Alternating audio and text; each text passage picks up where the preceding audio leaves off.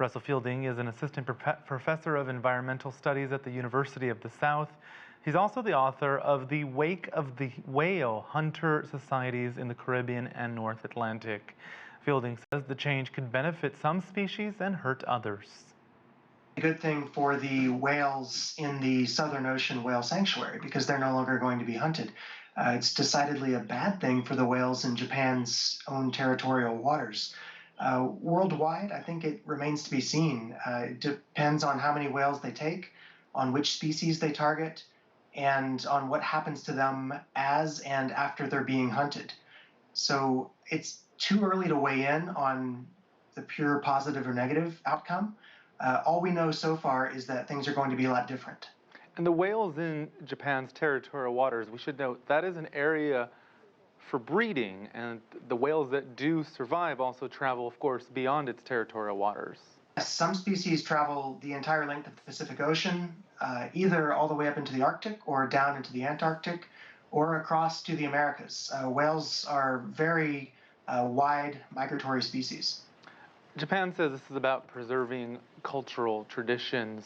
How does whaling fit into that context versus how it fits perhaps into other countries? So in Japan, whales have certainly been hunted for hundreds or maybe even thousands of years. Commercial whaling, though, is quite different. It really got started in the immediate aftermath of World War II when the American occupying force, led by General MacArthur, encouraged Japan to get into commercial whaling, both as a way to prop up the economy and to deal with the food shortages that they were experiencing.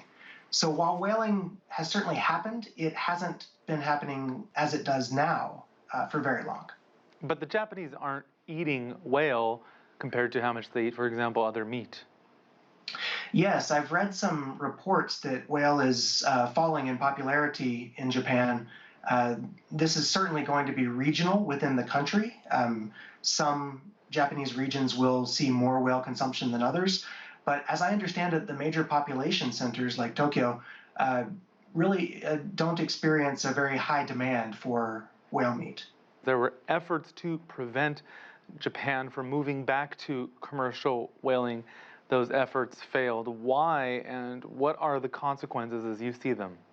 The effort to prevent them from moving back to commercial whaling was really an argument over semantics. In my opinion, and in the opinion of many other analysts and researchers, Japan has been conducting commercial whaling now for years.